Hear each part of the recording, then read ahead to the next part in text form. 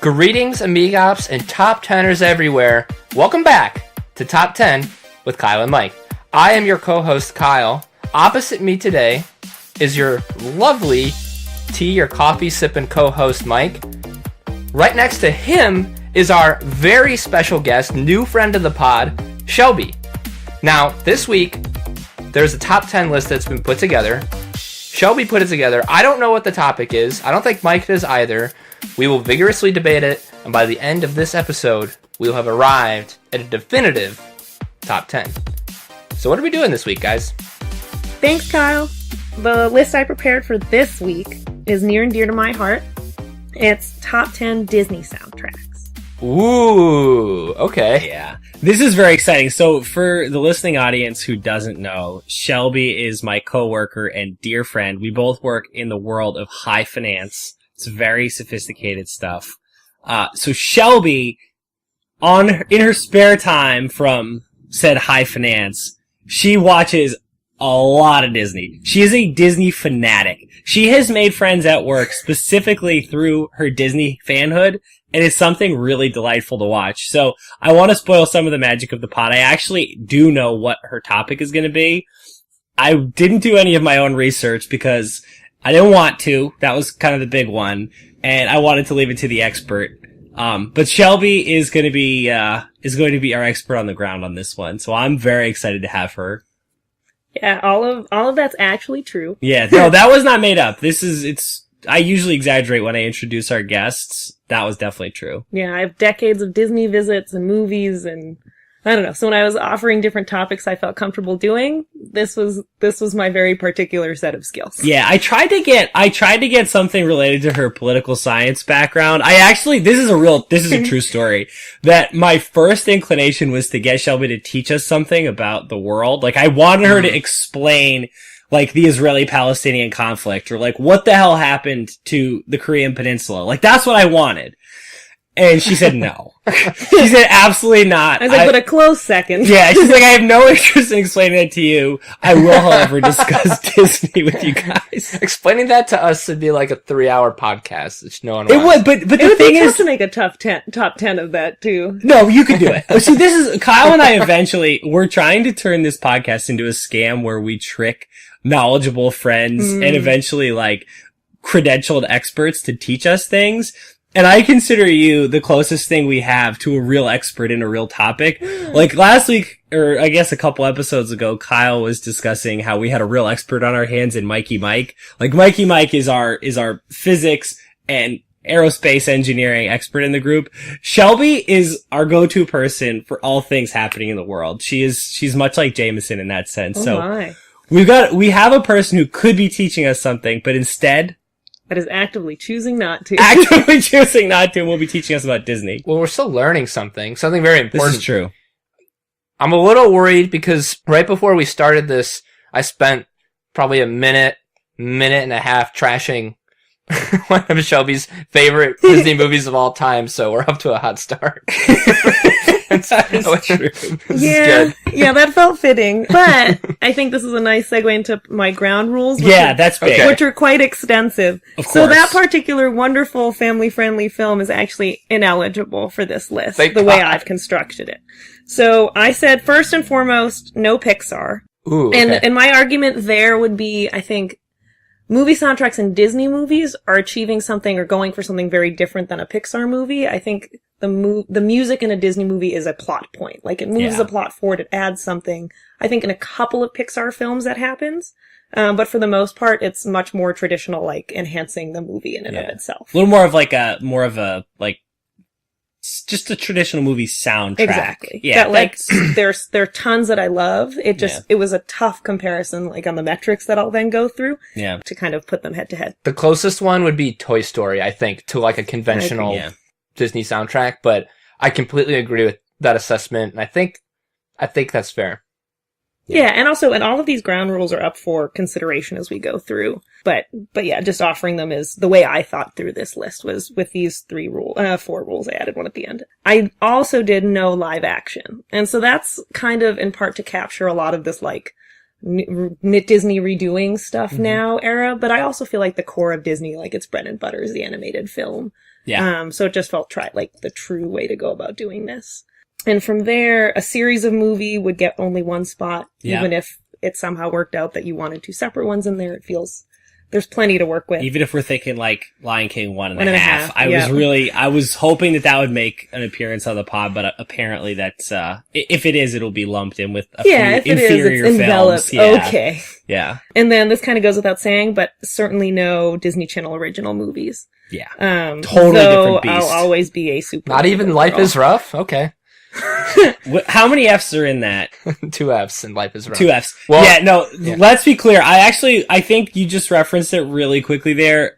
There's a top one in that category. We don't even have to get there. It's Xenon. Yeah. Girl of the 21st Century. And we again, don't even have to talk about but that sequel. is one that's kind of interesting that the series of movies could be eligible, but it one could be, spot but for like, the sequel. But Supernova Girl is actually a transcendent song and stands on its own outside of the universe of that film. That's just it's iconic. Yeah. God, I love that movie. I mean, I think High School Musical technically falls into this bucket, but yeah. Okay. But again, ineligible. So then I have a million criteria that I'm going to try to run through really fast. Yep. Just to let you know the way my brain works. So things that I took into consideration were overall success of the movie itself. So the longevity and the staying power and the popularity all factor in that if it's a great soundtrack but no one cares about it, doesn't really matter. The combination of like showstop and numbers, as well as the overall strength and like goodness of the soundtrack itself. So they'll, be balanced differently for different ones, but kind of weighed those in. Famous singers. There's some really cool guest appearances in here that kind of are nice enhancements. Yeah. I like that. That's kind of putting a couple things in my brain. For sure. Yeah, and even more than you'd initially realize. It's super fun once you start digging in too much. Yeah, and then like, I kind of also factored in, this gets to the Pixar piece a little, but like, some of the instrumentals and like, the way these soundtracks enhance the movie are super awesome and important to factor in. And then I also thought a bit about like eras, like, just, I think, recognizing my bias. I grew up in the 90s, like the Disney Renaissance, and you guys aren't going to be able to help with this because you did too. That's true. But that was a ripe time for Disney soundtracks, and of course there's going to be nostalgia and I think potential overranking on our part just because of the place that those movies hold for us. I think I'm willing to allow that. I think that's fair. Mm-hmm. So. Yeah, and I think the way I kind of dealt with it internally is, there are some great movies that are pretty recent, but it's yet to be seen if it has longevity and staying power factor. And so maybe, as you guys have alluded to in other pods, like in 5-10 years, this list would look a little different if we see some of those sticking around. So that's how I kind of thought through this. I think you have done your due diligence. Yeah, I did a little bit of work. I think those seem like good ways to think about this and good ways of avoiding what Kyle and I are constantly battling with, which is making this our top 10 list, which we try not to do, but I think you've got a good systematic approach. Yeah, that to be said, I need to call it out early before I forget, but my sister's been a huge part in putting this list together, so this goes out to you. Alright, so do you want to get into this thing? You want to get going on some rankings? Oh, yeah. Yeah, let's roll. What's number 10? Yeah, so number 10 from 1999 is Tarzan. That was the first thing that I thought of when you mentioned the celebrities. Yes. I thought of Phil. Yeah, a little bit of Phil. Collins. Yeah, near and dear to my heart. I think what's a cool example here is that for a lot of these, it's like, it's really cool that Disney got this cool celebrity be involved.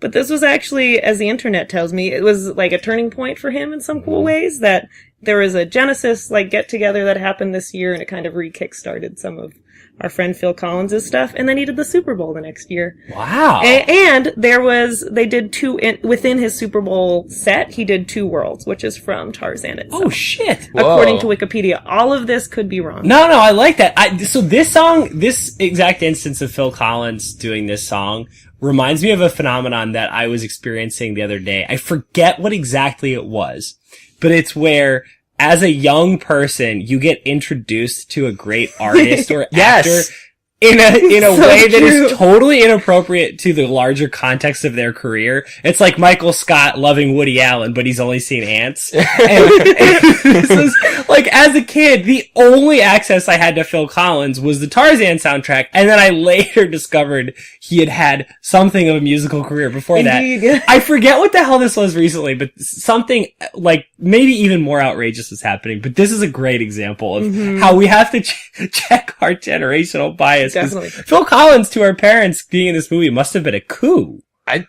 Yeah, because it's funny. I don't remember the exact instance. I don't think I was smart enough to be embarrassed, but I probably heard a Phil Collins song and was like, this is the guy from Tarzan. It's like, Absolutely. yeah, it's like when, I talked to a family friend of ours who was like, do you know who Peter Dinklage is? He was an elf. It's like, Yeah. same kind of thing. But like, to me, this is, I don't really know much of this soundtrack beyond the main title. So like, but that is a banger of a title. Like when I think of Tarzan, I think of this song. Like the two for me can't really come apart. It's really a beautiful song. It's like one of the few songs that I listen to and it can kind of make me tear up a little bit. Yeah, it's a good one. It's a really good one. I totally agree. So it hits on the iconic song note. Yeah. But then also, I don't know which one you're thinking of. You think of You'll Be in My Heart? You'll Be in My Heart? Because I think Strangers Like Me is also quite excellent. But probably a notch or two below that one. Two Worlds was in it. And then also, I don't know if it was in the movie or just like an extended thing. Trash in the Camp, is a song from this movie that I oddly know, and it's with NSYNC. And so it's kind of like a fun, and they did the Super Bowl in 2001. I don't think it's correlated to this movie, but it's kind of a fun fact. Holy shit! This is like a Kingmaker soundtrack. You got people getting Super Bowl bookings based off of the Tarzan 100%. soundtrack. So, and it's a great song. Highly, not like iconic by any stretch, but highly enjoyable. Like some nice, I'm not going to sing it, like riffs You're and very fun, welcome too. like a cappella stuff going on. Wow. So worth checking out. This is like a time machine sort of soundtrack. This is great. I feel like I'm stepping back and revisiting my 5-year-old self. Oh yeah, a lot of these are going to feel like that, but in a really wonderful way. Yeah. I think the reason I didn't list it much higher is it's great and I think potentially deserving of a spot on our list, but I think the movie isn't as widely beloved and doesn't hold up particularly well in this potential climate. Oh, is it problematic now? No, it falls into like a colonial paternalistic bucket that isn't the same. Yeah, that's interesting. I feel like it's interesting to try to trace why these movies don't necessarily kind of have the staying power where some others do.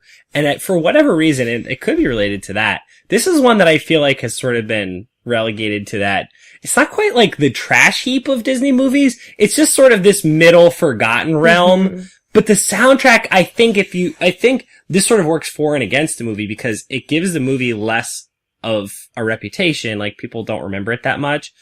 But when people remember this movie, they remember the soundtrack. That's the thing they remember. I totally agree. Like this song is the defining part of this movie. Yeah. It came out in a weird time for Disney. Like this was right after or right before Treasure Planet. Like it's oh my god, interesting. Holy shit! What? Don't spoil something later in the list. Oh darn, you listed off by number 1. It's just like kind of a weird phase in Disney's like relatively like recent modern history. Yeah. But I like it at number 10 for sure. Yeah, and we'll see where we go from here. So number 9? Wait, did I actually spoil with Treasure Planet? Because we can definitely... Oh my god, no. Oh my god, literally not. I was like, that has a soundtrack? I was like, I thought you were serious. I was like, seriously? Okay. You're like, this list this is the greatest thing that's ever happened. You just got by your own thing. He does this all the time. Poor fuckers. Like, just totally get got by Kyle. And he's just so smooth with it that he doesn't even really know he's getting somebody. Yeah, it felt weird even to say because I was like, all right, like, are we allowed to acknowledge the premise here? And yeah. Okay, anyway. All right. Number 9. Number 9. Speaking of a bit paternalistic and colonial, Pocahontas! Oh no, dialing that one up to 100. Similar problematic, I think, premise issues. My historian sister had some qualms. I think Mel Gibson also doesn't hold up as well. I actually caught up with your sister about this and she walked through to like a shocked audience some of the blow by blow reasons why Pocahontas is not historically accurate. Yeah. And it was an enjoyable conversation. It's one that if you had the soundtrack on its own, it could be a lot higher. And has received a lot of acclaim. Colors of the Wind reached number 4 on US charts. It reached a Billboard 200 number 1. Oh, also, all of this is from the internet, so it's potentially real, but like, I don't have 2 sources. Yeah. The album reached a Billboard 200 number 1 and went triple platinum, and it won Best Original Score and Best Original Song for Colors of the Wind. And this was early in the Alan Menken era in Disney and is pretty cool. So Anyway, so 1995, awesome songs. To list off a few other good ones, Just Around the River Bend, Steady as a Beating Drum, not so good ones, the Virginia Company / Dig, and Savages. Yeah, that's a tough one. So, you take the good with the bad, but what's good is pretty darn good. Those statistics were wild. There's more of those, my friend. Jeez. Do you know what year that was, Shelby? 1995. Okay. Wow. Yeah, I mean, Colors of the Wind is an all-timer. And, like, particularly amazing when you watch the movie in conjunction, because the coloring of, like, the way they actually drew the wind and the colors is pretty stunning. Can I ask a stupid question? So, Pocahontas would be considered generally a musical-ish, like a sort of, like I feel like some of these Disney movies that I expect we'll be talking about are a little bit more like song as part of the movie oriented, where some are a little more soundtrack oriented. So in just thinking about Tarzan and Pocahontas, I feel like Tarzan, if I'm remembering right, and please correct me if I'm wrong, the songs are more of like a soundtrack that happen to play a big part in our recollection of the movie, whereas Pocahontas is more like the characters actually singing on screen, right? Is this right?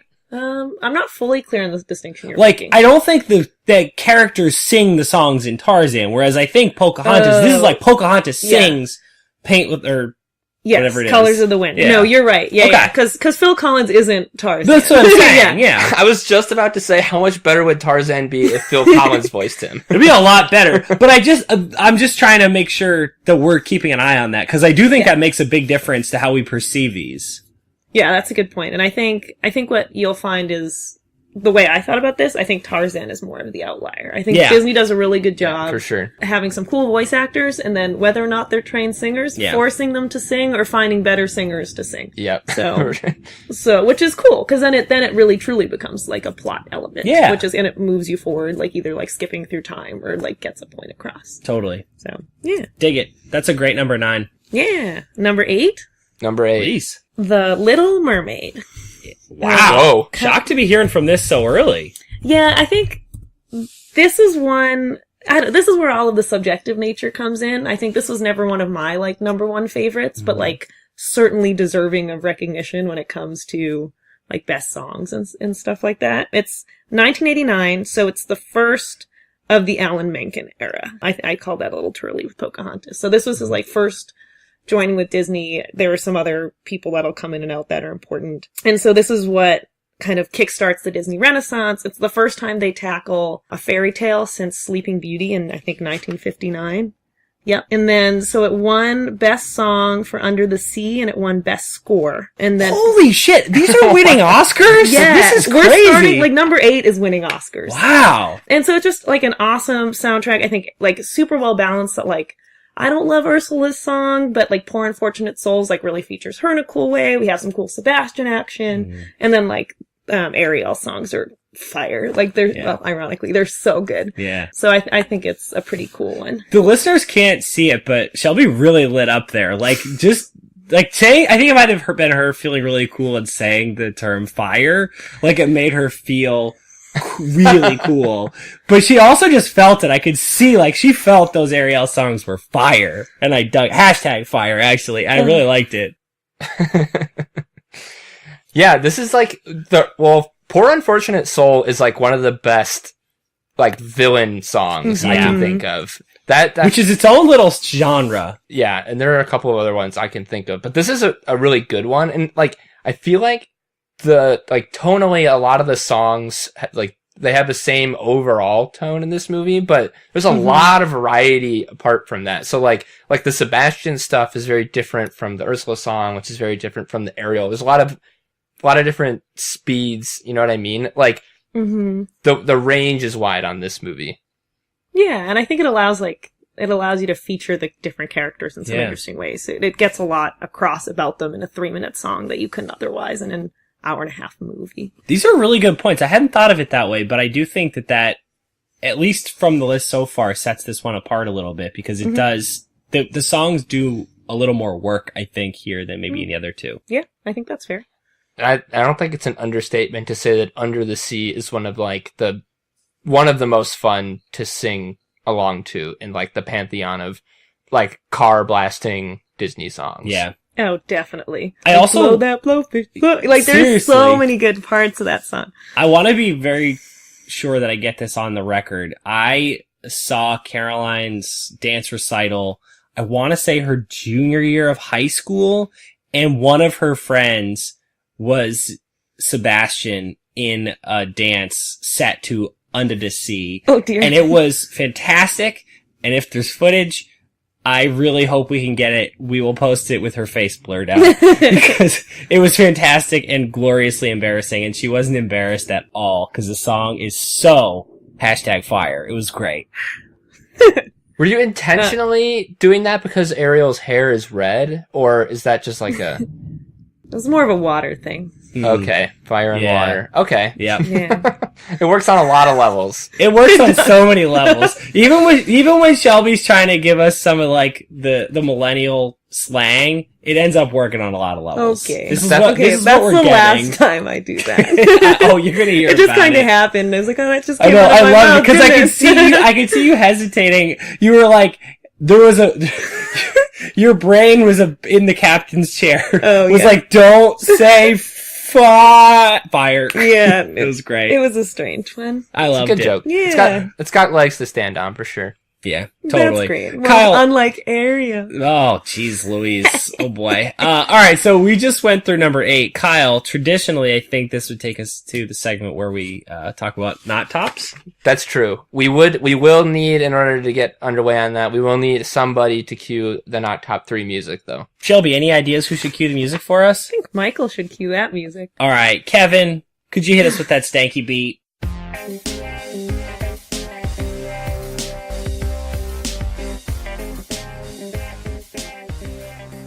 All right, now we can get started.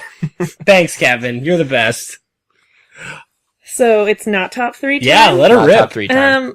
So I didn't do this right. That's okay. So we could kind of do a not top 3, Mhm. but the problem with Disney is even when they do it wrong, or Yeah. like the movie doesn't make sense anymore, it still won Oscars for it. Yeah, true. And so what I also kind of prepared, so you guys can decide, I did a not eligible bunch of movies. Oh, that's actually, you know what? so That's to probably acknowledge good. the Pixar and Yeah, the, I That's like fine. that. yeah. So I think Coco has a fantastic soundtrack. Oh, And I think incredible. we're going to be talking about it, like, in the future, like in 5 years, this Yeah. pod, or if it had Pixar in it, it would be Wow. awesome. And it's important and pivotal. The- Kyle's not going to like this one. Mary Poppins. I mean, Julie Andrews is a treasure, Yeah. and the songs are amazing. This is very true. So far, these are 2 films that would rank very highly on this list were they eligible. Mhm. And I like both of them as representatives of the Pixar camp and then of the live action camp so far. Hmm. Absolutely. Yeah, and I think I'll get to some more of these in the honorable mentions, but like as far as not eligible, some other Pixars with great soundtracks, like Toy Story, Yeah. I think would be the Pixar film that most closely fits the criteria of this Yeah. list, but then so many of these Pixar films, like I think The Incredibles and WALL-E and Yeah. Inside Out, that just have these wonderfully enhancing soundtracks that Yeah. are just joys. In to a very listen to. different way. The Incredibles, I'm sure I'll let Kyle go on Incredibles, but The Incredibles, I think, is a little bit more like just a great movie soundtrack, like just a theme, like a score. Yep. I listen to that soundtrack all the time. It's just like a really nice big band piece and Yeah. like perfectly sets that movie. Like it's a very big part of what makes that movie feel Mhm. like it's when and where it is. It's Yeah. beautiful. And I think Coco's a great example because like, maybe more than any other soundtrack we're going to talk about, like music is such an important character and driving force of both the plot of that movie and of the motivations and feelings of the characters. Like, what an incredible soundtrack. And Yeah. we've lauded Toy Story before on this podcast, but Mhm. a huge part of that is Randy Newman. Mhm. And even though I don't love Mary Poppins as a movie, I certainly understand the merits of its soundtrack. I mean, it's awesome. And what's cool about this list is they're just all great in very different ways. And Yeah. it's like a nice reminder of the breadth and the role that a soundtrack can play and make movies that much more awesome. Yeah. So- And they can play subtly different roles that you're alluding to. Like Mhm. each of these soundtracks is slightly different in what it does, but really cool for that. definitely. So I think, inadvertently, I think we're going to like talk about a few more potentially ineligible ones in the honorable mentions, but I tried to do my best of sticking to pure Disney there. But I just wanted to at least make sure I mentioned these here. Excellent. We dig it. Do you want to hit us with number 7? Always. So we're taking this back to 1967 Okay. for some Jungle Book action.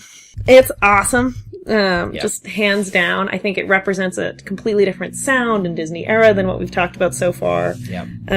My father pointed out, I want to be like you, like I want to walk like you. Louis Prima at like the height of his career, and who's awesome. So what a cool get for Disney to incorporate him into this movie, let alone The Bare Necessities, which is just awesome. And when I've been listening to Disney music to prepare for this pod and just to exist in my everyday life. And when like the strings of that music starts, you just get excited. It just really captures the movie in a cool way. It has lived, like, it's one of the ones that we have a longer track record to see that it's actually lived on and people still care about it. And I think that was re-jump started by the new live action version, which is kind of nice to see that it's moved forward in time. And then what's cool about this one too is Walt Disney actually worked on this film. Whoa. I wrote down 8 original songs in the score, so I assume that he worked on those. But he did pass away before the film was released. But it's, I think, the only one on here with his fingerprints on it, which is kind of cool. Wow. That is really cool. I think what's funny is this introduces, so you kind of touched on it a little with Little Mermaid being based on a fable, but I think the Jungle Book is perhaps the most notable example of this, though we'll get to some other ones where we're taking a really classic tale that has no, of course, because it's written, like it has no musical element to it at all, like none. But now our perception of that story has been altered so fundamentally that it's hard to even imagine telling or hearing the Jungle Book story sans the bare necessities. Now, don't get me wrong, a couple of people have done that recently, or at least I guess Andy Serkis did it recently. But it's crazy how that story now rests so much on the music because of this adaptation. I remember when what's his name? The Jon Favreau Jungle Book, the first trailer for that movie came out. There was like a shot, there was no music in the whole trailer. And then at the very end, they show Baloo kind of on his back and he's whistling the bare necessities. And it was like, it didn't feel like the Jungle Book until that happened. Like, totally. Which, like you were saying, is incredible given that the Jungle Book was originally a book that didn't feature that music. Yeah. Like, I actually really liked that version of the Jungle Book. It was a spectacle to behold, but... That's gorgeous. That was really good. But, yeah, this is a great one. My sister had a whole piano book full of Disney music when she was younger, and she played it back and forth. And my favorite one to listen to by far was when she would play The Bare Necessities. So, and it's so good. And that must be fun on the piano too. It sure is. Yeah. And I just always loved Jungle Book, particularly, especially when I was a kid. So the Jungle Book and The Bare Necessities and all the music from that movie have a special place in my heart for sure. Yeah. And I think it's a nice reminder too that I think animation has changed so much over time, but I think, and so has music for sure, but I think the quality of a soundtrack can be a bit more apples to apples comparison in a way that you can't say like the quality of the drawing or the film itself might run into some different time issues, but this was made decades and decades ago and it's just awesome. That's a really good point. Yeah. Yeah, absolutely. So number 6. Yeah, please. Heading to 1997 for our good friend, Hercules. You know, the funny thing on this pod is so pro Hercules, it's really revealing a weakness in my game because I was not a Hercules kid and I've got to go back. I don't think I ever had anything against it. I want to say my mom wasn't cool with us watching it, but I'm sure I'm about to be schooled on yet another reason why I got to get my ass in gear and rewatch Hercules. Yeah. I mean, so in part to prepare for this pod and just enjoy your podcast in general, I listened to Emma's pod over again with Disney side sidekick. So I was very prepared for your feelings on a few Disney movies, and this is one. So I think of all the ones on this list, like it's one of the best, like consistently great soundtracks across the board. Because they have different characters singing, but then they also have this like musical muses role that tells the story in a really narrative, musical way. The internet claims that the muses were Disney's first portrayal of African American women. Well, I guess they're not American, but I don't know. In Disney animated films, so I don't know. Wow. But interesting. I doubt the credibility of that, but I think it's a fair point at least that it wasn't a mainstream portrayal yet. It's very possible that it's the first time that they had portrayed black women on film who weren't in like Song of the South in some crazy offensive way.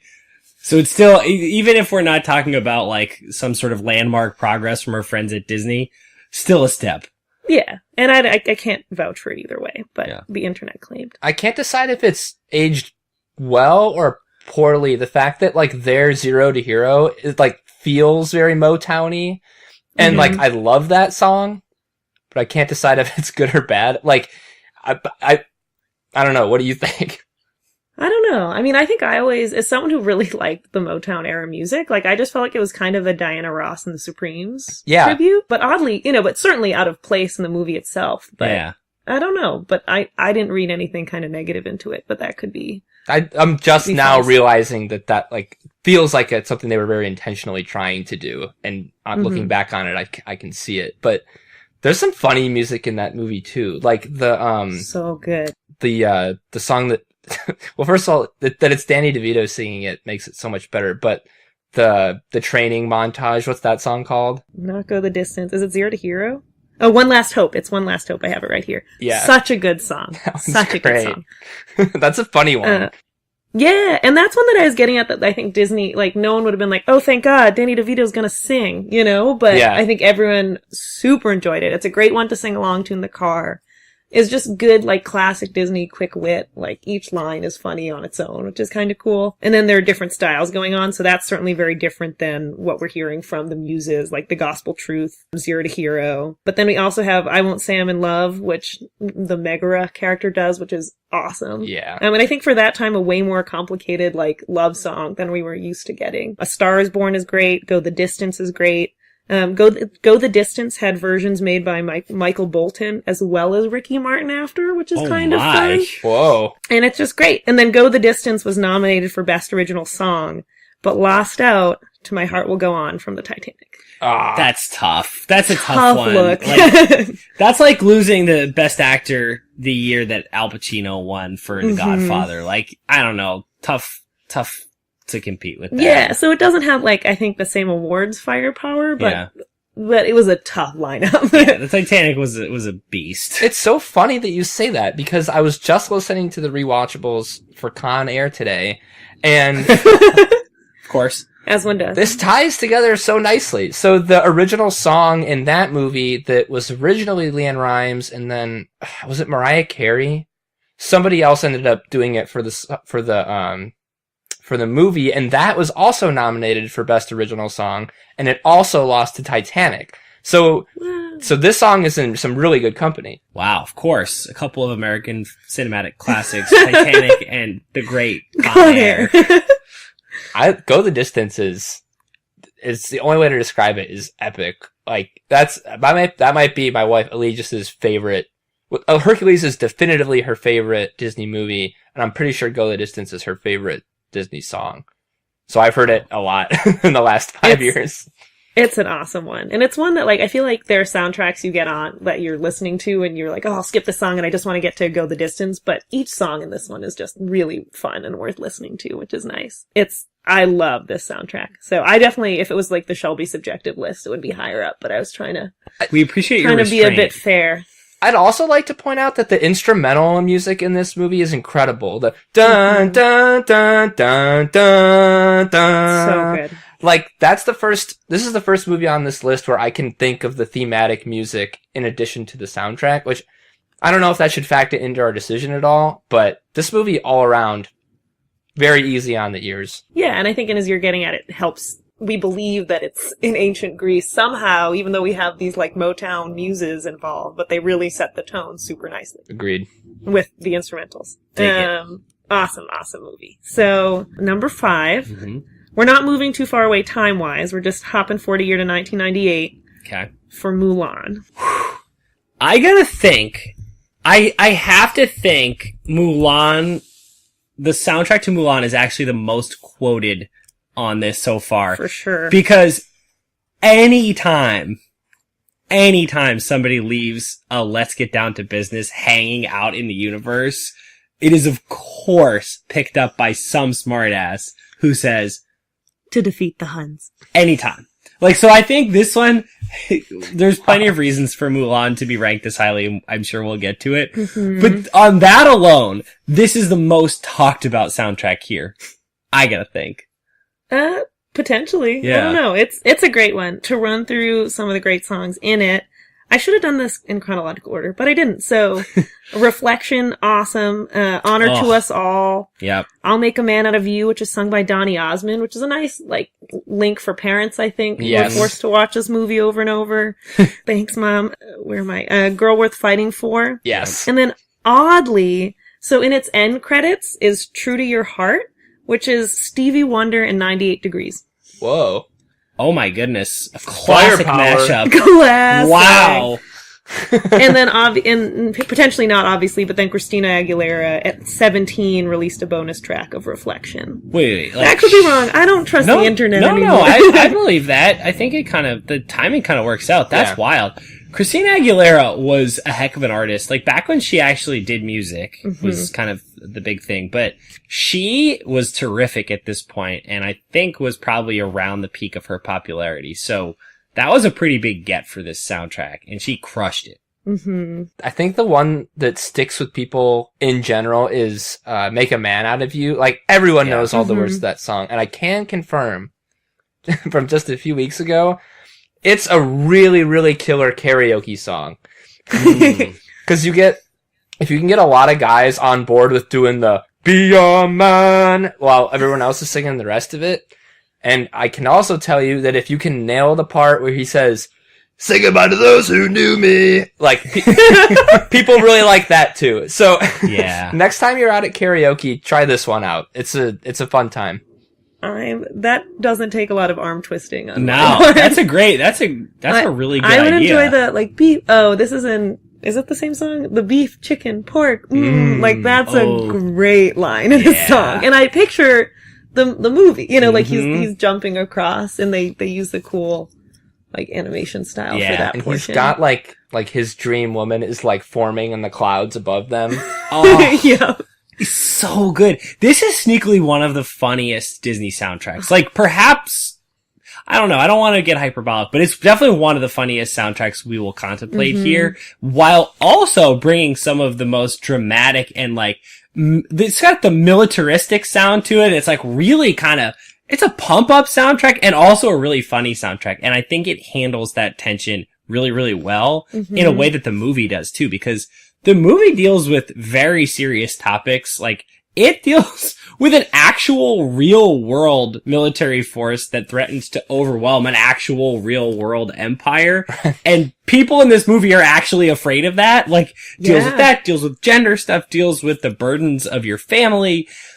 And it does all of that with, like, seriousness and humor, and the soundtrack nails that tension, nails it, and does a really good job of taking a humorous song and turning it into a serious song on a dime, and vice versa. That's really cool, and something that I don't think you can take for granted.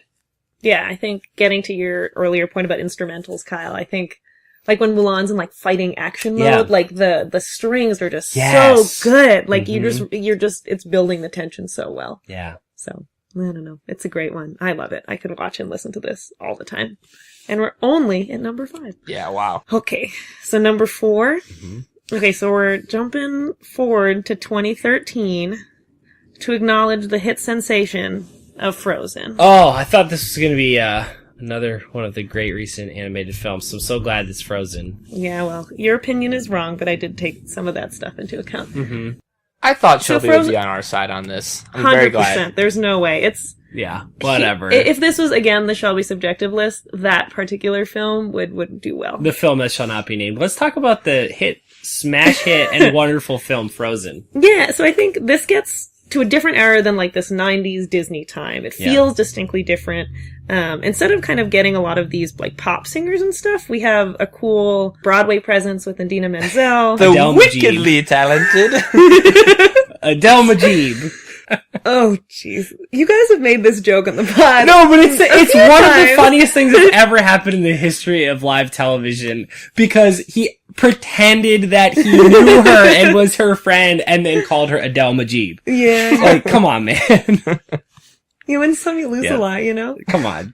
Okay, so different era, huge mainstream success. Also, Idina Menzel, super talented Broadway. I also think Josh Gad is super talented and coming off a run from Book of Mormon. Yeah, Josh Gad is fantastic. Let alone, I'm forgetting his first name, but Goff? The person who played the king in Hamilton was involved. He did, I'm gonna stop. But he does the reindeer and then, like, Hans. Oh, interesting. Mm-hmm. Anyway, so Frozen album debuted at 18 on the Billboard Top 200. The soundtrack topped the Billboard album chart for 13 non-consecutive weeks. It's certified triple platinum and like tons of other stuff. So it certainly cleaned up and had clear mainstream success, and like every small child in the world was singing this song. And that's, I think, a problem, because it got super annoying and it took me a while to like this movie, but clearly is representative of some cool stuff. And then when you look under the hood, like, there are also, like, other really great songs in there. Like, Fixer Upper is such a good song. Oh, it's fantastic. And then, what's the other one? Love's an Open Door is so good. And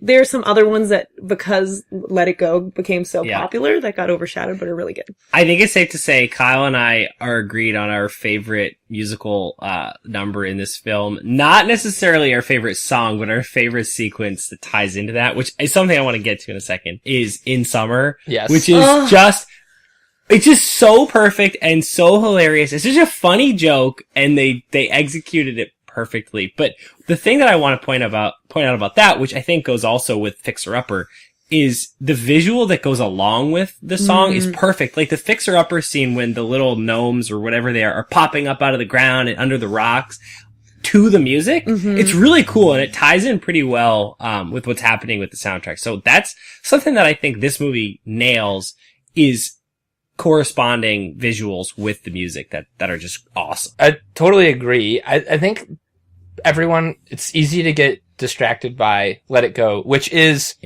a certified banger. Yeah, certified. But the rest of that, it's super deep. Like, In Summer is delightful and hilarious, so is Fixer Upper, but even Reindeers Are Better Than People, that's like 30 seconds of pure joy.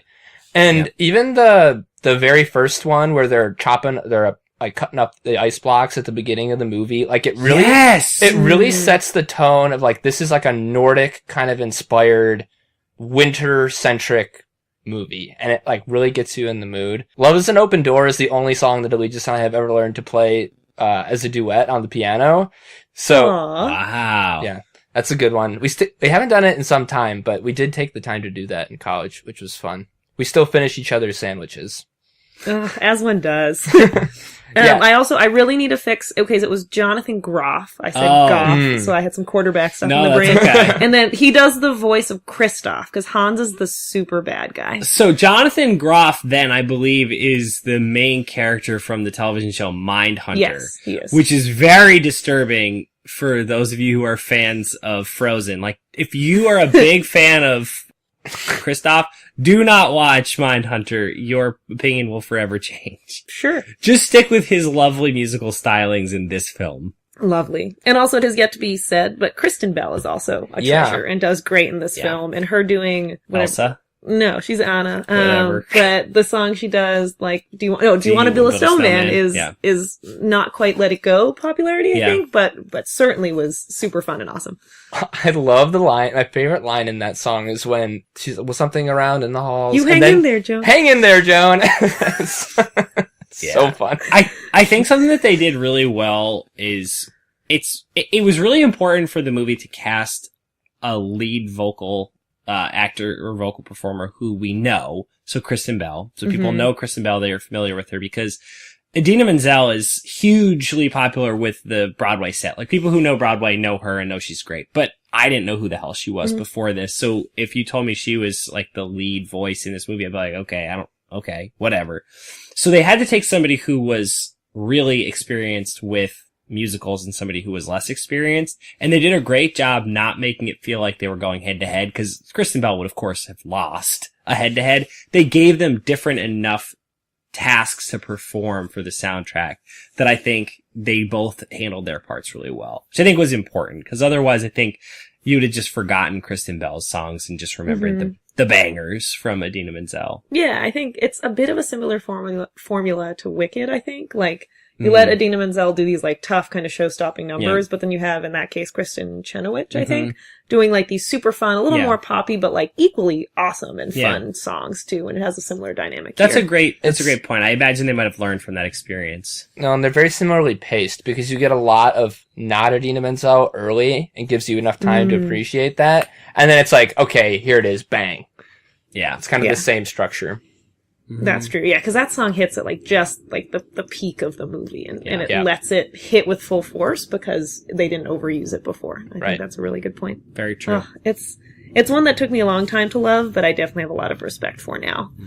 But that's probably in part because it didn't hit when we were kids who would have been singing Let It Go all day long anyway, so. Was I singing it all day long anyways? Yes. Even though I was not a child. Absolutely. Excellent. Honorables? So every other Disney movie. Okay. but just to name a few. Steamboat Willie. Yeah, I'm picturing the little shoulder thing. It's a good one. Yeah. So Cinderella, I kind of mentally thought about it as a stand-in for just that era of, like, fantasy films that have some really good songs. And that one actually has some great ones like Bippity Boppity Boo and So This Is Love, and just some good stuff. Fantasia, just an awesome use of music to enhance a movie. Moana, just so good. Still haven't seen Moana. What's your problem? I don't know what the deal is with that. I gotta get on Moana and Hercules. I know, this is weird. That's a weird gap for me. Wait, to be clear, you've seen Hercules, though.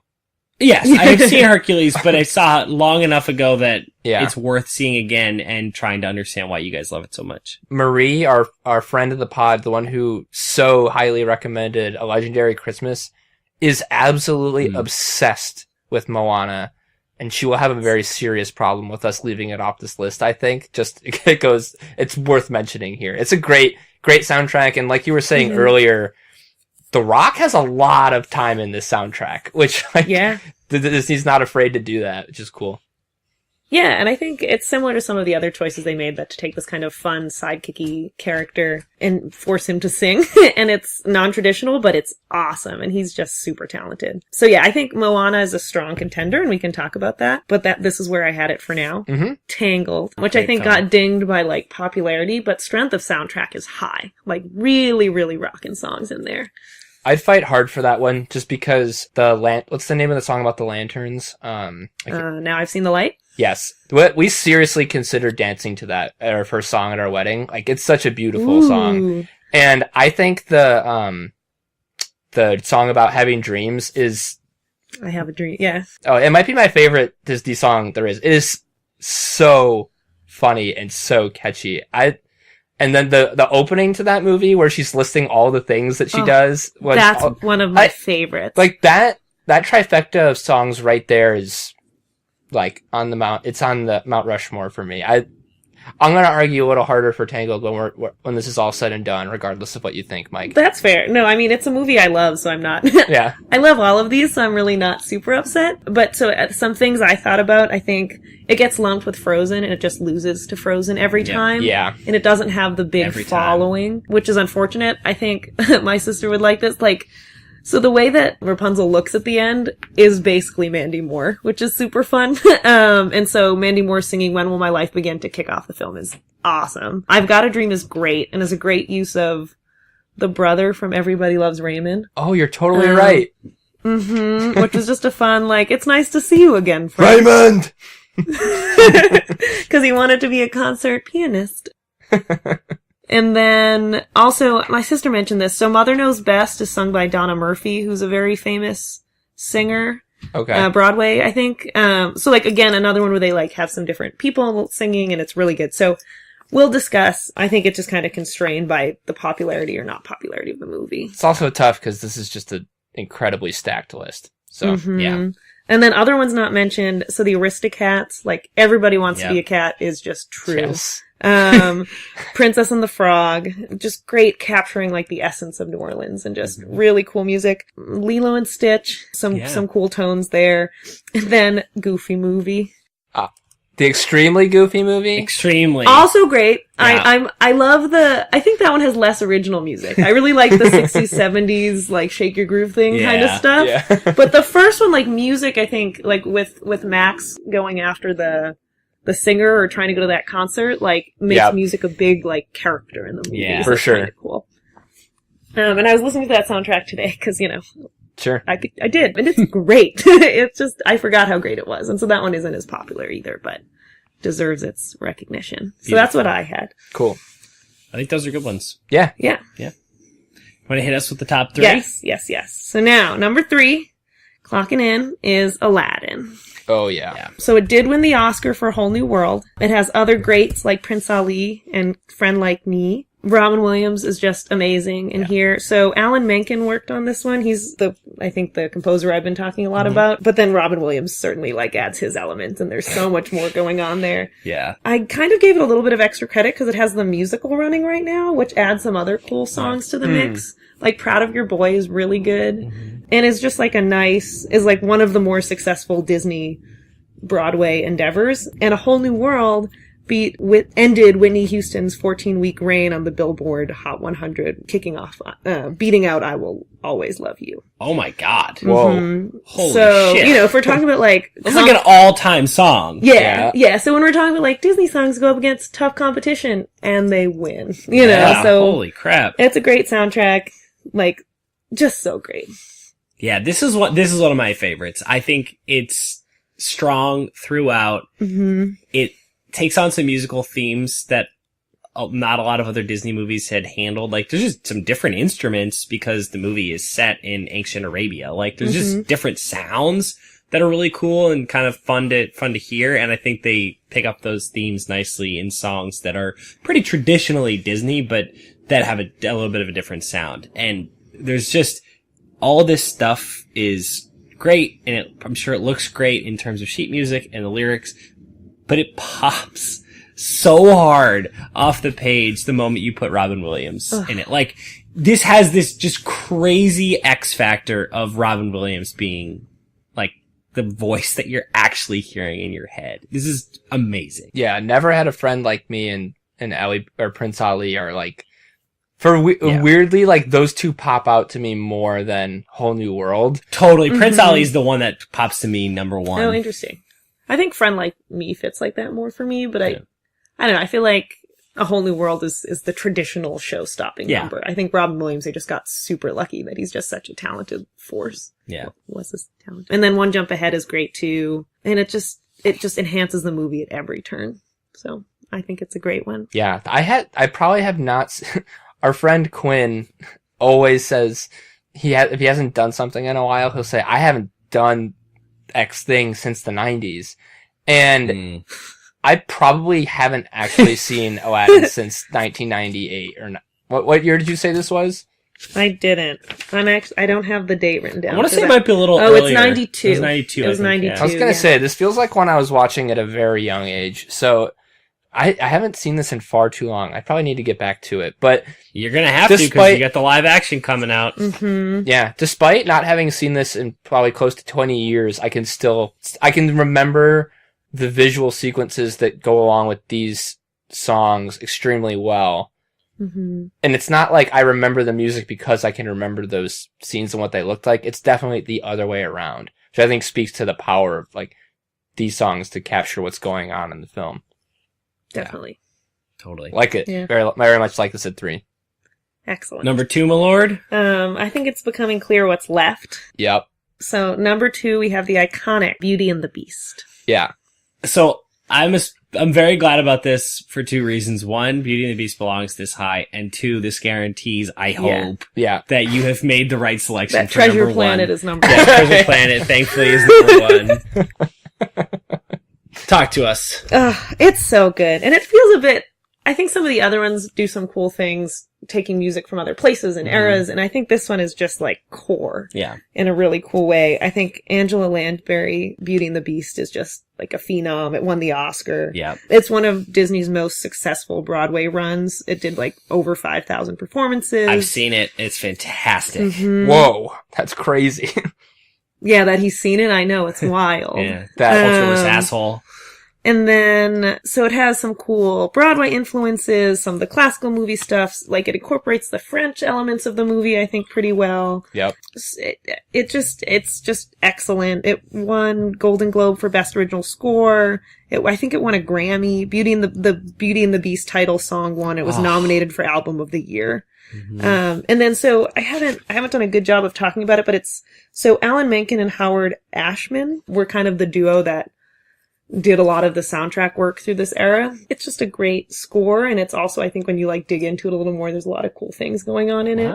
And as we talked about some of the other ones, I think it spreads the wealth really well. Like Gaston is an awesome song, and the Belle opening number is really, really good. Those are two of my favorites. Yeah, and it, like, Marie the Baguettes, like, it just, even I don't know, just little pieces of all of these songs are just so great, and then it builds for this, like, really traditional Beauty and the Beast show-stopping number, and let alone, and we only live to serve. They're, like, Be Our Guest. Be Our Guest. Yep. So, love it. Yeah, I mean, this album speaks for itself. Be Our Guest has a special place in our heart because we have strong ties to it through where we lived in college. We would hear it every year at the talent show, and it's just a great tune. And like, I think like that song's really funny.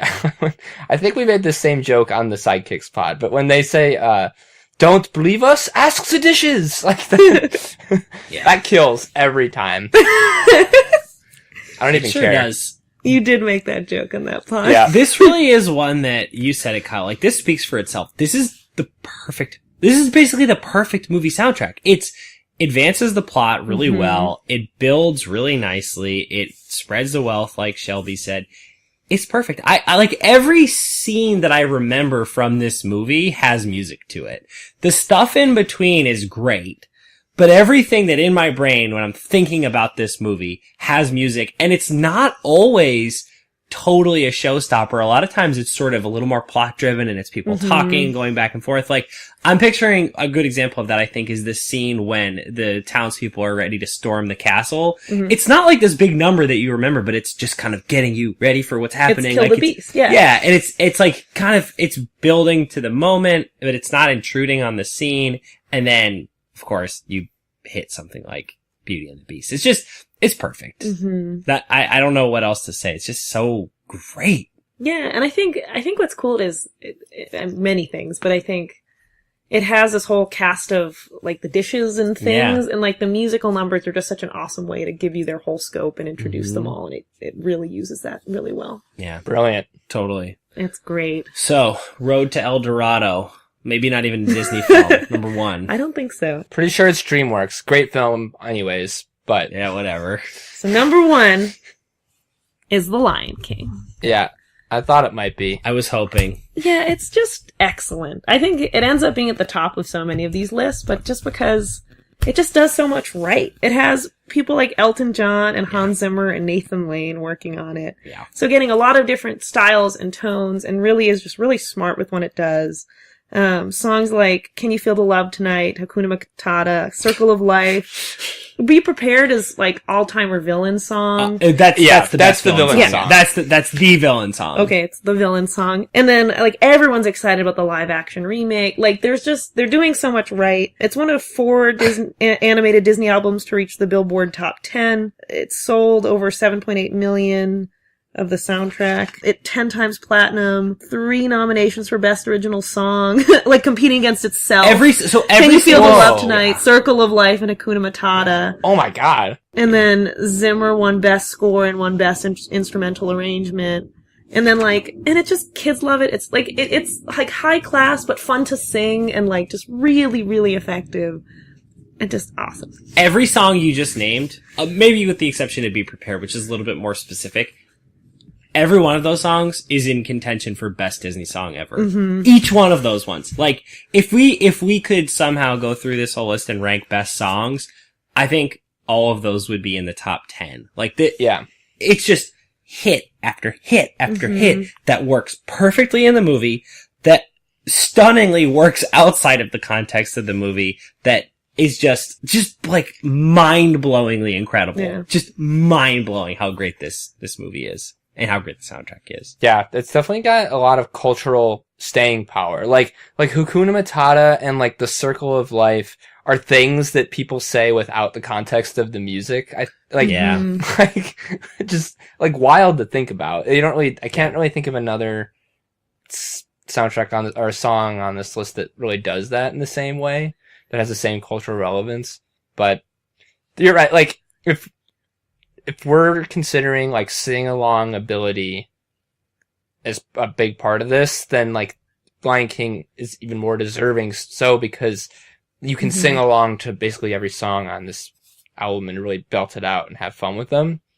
So, I mean, I don't think it's any question that this is number one. Have either of you guys seen the Broadway play? Yes. I haven't. Is it incredible? Because I feel like that's got to be. It was so I saw. I mean, I don't know what like I saw it in Boston, but it was the traveling version of the Broadway musical. It was stunning. Yeah, absolutely stunning. So the only thing that I do want to note about that is the songs translate really well to the musical. They're better in the movie because probably just because they have such a specific sound in my head. Yeah. But the thing about the musical is the costumes. The costumes are just stunningly beautiful. They're really creative. Like, how do you get a giraffe on stage without some sort of really complicated costume?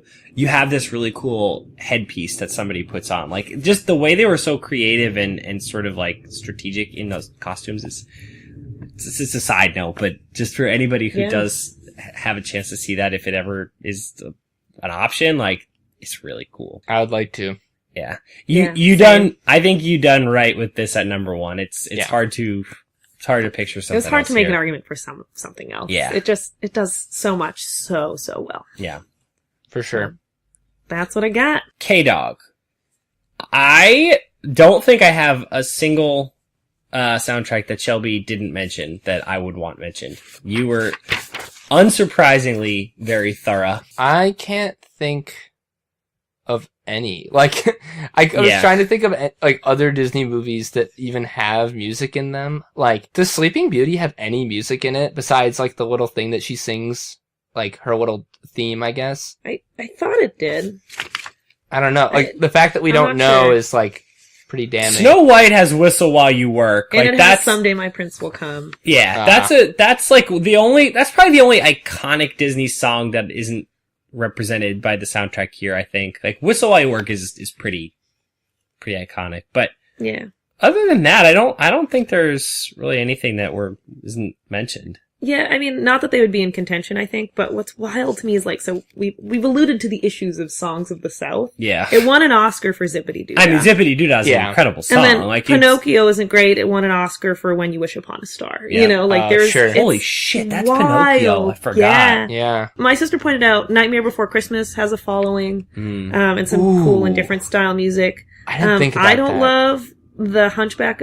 love Hunchback of Notre Dame, but it has... It's also Disney Renaissance era and has some cool stuff. So those are, you didn't mention them, but, you know, I just wanted to just in case. Okay. So, Kata, when I look at this list, I'm completely comfortable and perfect on the top 5, for sure. Like, I look at the top 5, I don't think I would change a thing. I don't know about you. Yeah, I mean, the only quibble I might have is to move, like, to interchange Frozen and Mulan, but... Yes, actually, I'm with you. Let's do that, because that's if Shelby's okay with it, that's the only move I might make. And just because... We kind of like... I think Mulan's a little bit... is slightly superior. To make that argument, I would just say that I feel like Mulan... Like, we would have to revisit this when Frozen has been around as long as Mulan has, because I suspect that Frozen won't... Like, people won't bang to... Let It Go the way people still bang to I'll Make a Man Out of You. That's like my my suspicion. But like I said, it's a quibble, and I wouldn't argue too strongly for it. It's more of a gut feeling. Yeah, I'm fine with that either way. It brings up an interesting question though of initial success versus long-term staying power. I mean, I think Frozen is one of the biggest moments, I think, for Disney in a while, but I guess I wasn't cognizant to be realizing if Mulan had a similar thing. Yeah. It did have the Rick and Morty Szechuan sauce at McDonald's, but that's not music related. Oh my gosh. Wow. You're very aware of what's happening in the culture. I did my research. Yeah. Yes, you did. Do you have any that you'd want to actually insert into the list, or are you happy with the contents of the list? I'm very happy with the contents of the list. What was the one that you were saying you wanted to battle for? I just have a strong personal connection with Tangled. Yep. But putting it up against Pocahontas and Tarzan, I think as a whole, Tangled, I think, like, start to finish is an album I prefer to those two albums. But, like, I just made the longevity case for Mulan, and I don't know, like, Tangled definitely doesn't have that over Pocahontas or Tarzan. Yeah. And definitely didn't have as much commercial success as either of those two albums. So I guess I'd be fine having it come in at a strong honorable mention. Okay. So what about ordering the back of the list then? Do you have any thoughts on that, or are you pretty good with where things are at? I really like the way it's ordered. Yeah, I do too. I think just so people don't think we didn't do our job or we fell asleep at the switch, we should make the Frozen and Mulan swap and then leave everything else as is. Shelby, I have to say, I'm like stunned at the level of preparation that you had for this. What an incredible performance. Like, just wow. You pitched a shutout in your Major League debut. This is essentially a perfect list. Thank you. And I also want to make a really important note about the degree of difficulty here. This was not like an uber specific list where people won't weigh in or have thoughts and there's only like 10 options anyway.